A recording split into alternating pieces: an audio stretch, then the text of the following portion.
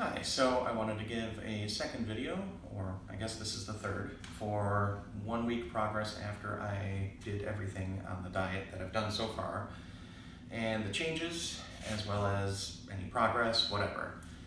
So, first and foremost, I'm not really comfortable with this part, but I'm going to show what I look like in a relaxed state, so you can see where I'm sort of starting. Considering I did start a week ago, it's a little bit less, terrifying to look at than it was a week ago, but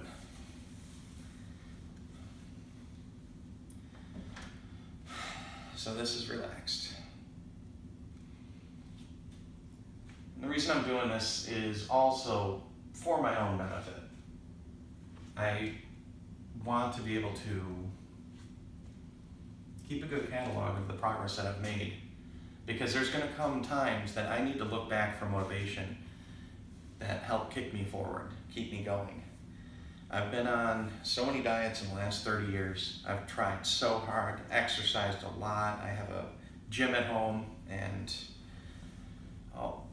it's not easy for anyone that's ever had to do it. So the progress so far is I am actually down currently I started at about 275 pounds, and earlier today I weighed in at 263.4. So I'm down 11.6 pounds. I think that's great, but I also think a big part of it is not motivation, but it is inflammation. Shortly before I started the carnivore diet, or should I say the all meat diet, it's all beef anyway. Shortly before I started that, I had drank a few high sugary drinks, and I think it really ramped up some inflammation in my body. So we say it's water weight that you first lose when you're starting a diet, but I think that truly is water as a result of inflammation. I don't think it's a result of retaining water or something like that. Now, of the other things, so far I have not had a hint of gout. And considering I've had gout pretty strong my whole life, well, since I was 15, which is pretty early to get it, then that's a good sign. But I did understand a little bit more why. So I want to add to this video, instead of just the weight and the differences in body, I also want to add a little bit of information about my process to where I got to for the potassium and magnesium that I take right now. So let's get to the symptoms. I really haven't had much changes, except I don't think I'm snoring so much at night. I am getting good solid night's sleep already. If I had apnea, it's gone. I'm confident to say it's mostly gone, but a week really isn't enough time to tell, because it wasn't like an every night thing for me, but it seemed like over the course of the last couple of weeks, just before I started this diet, it was getting to be almost every night. The heart palpitations, those are no more. I lay down. When I'm tired, I go to sleep. I get up when I'm not tired.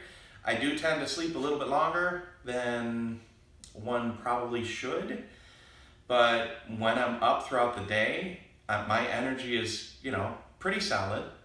I don't wax and wane, but I don't know if I did so much when I was consuming sugar, but then again, I cut sugar out some time ago, so it's really hard to say, except for just before the carnivore diet.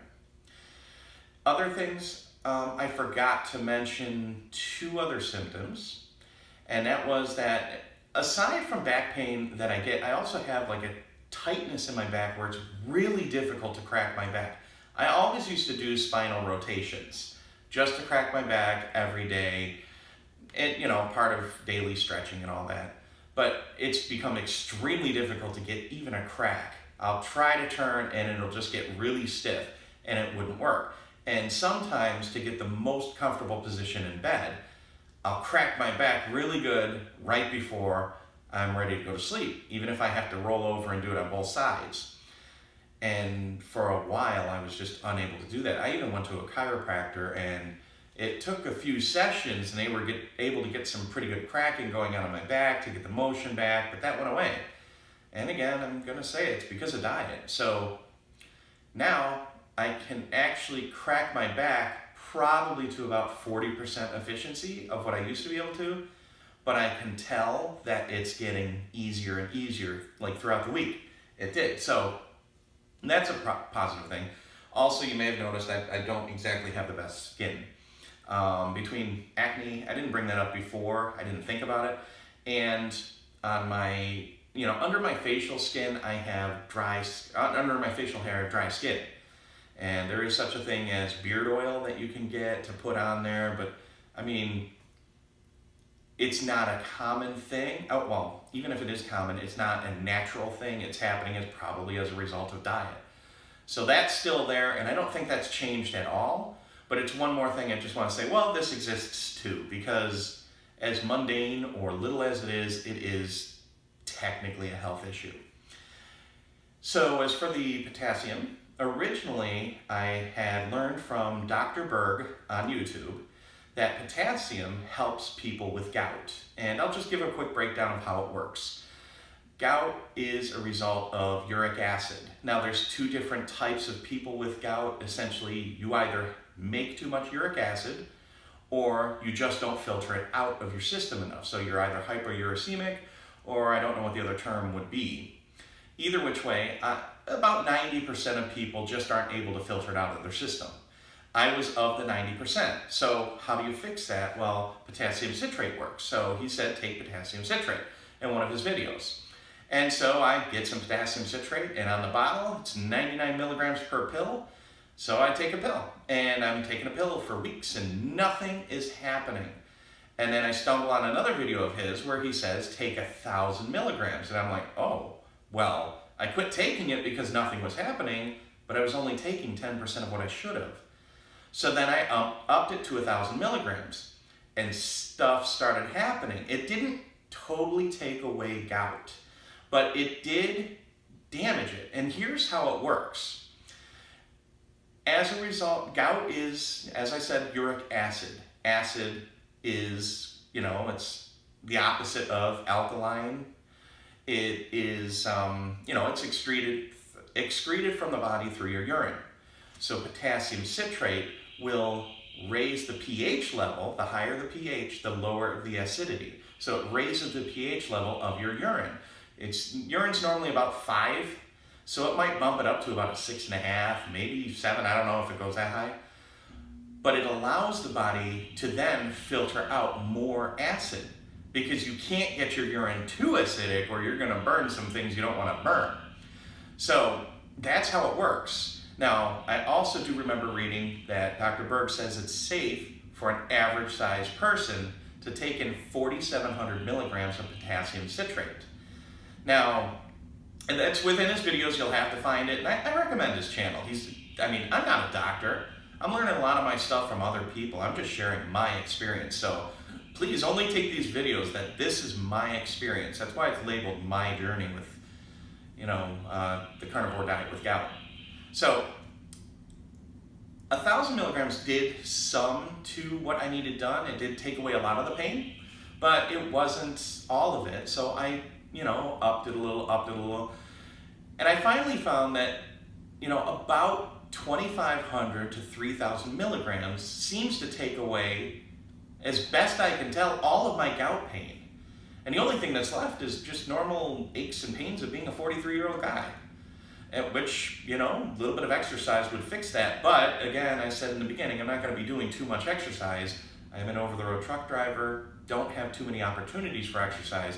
Although, I'm not the kind of person that makes excuses. I totally could be, but because I want to see the merits of the diet itself versus diet and exercise, because we all know diet and exercise will work 100% of the time. Okay, so after I got to that level of potassium, I started getting leg cramps like all the time. Every morning I'd be waking up with really bad calf cramps. I could look at my calf at any given time throughout the day, and just within a 10-second segment, I could see it twitching. So it was always twitching, it was always cramping in the morning. And, again, I deferred to Dr. Berg, okay, how do you fix this? And the second most common reason that we get cramps like that is a magnesium deficiency. And throughout other videos of his, he also explained that consumption of potassium, it doesn't deplete magnesium, but it prevents the body from as effectively absorbing magnesium.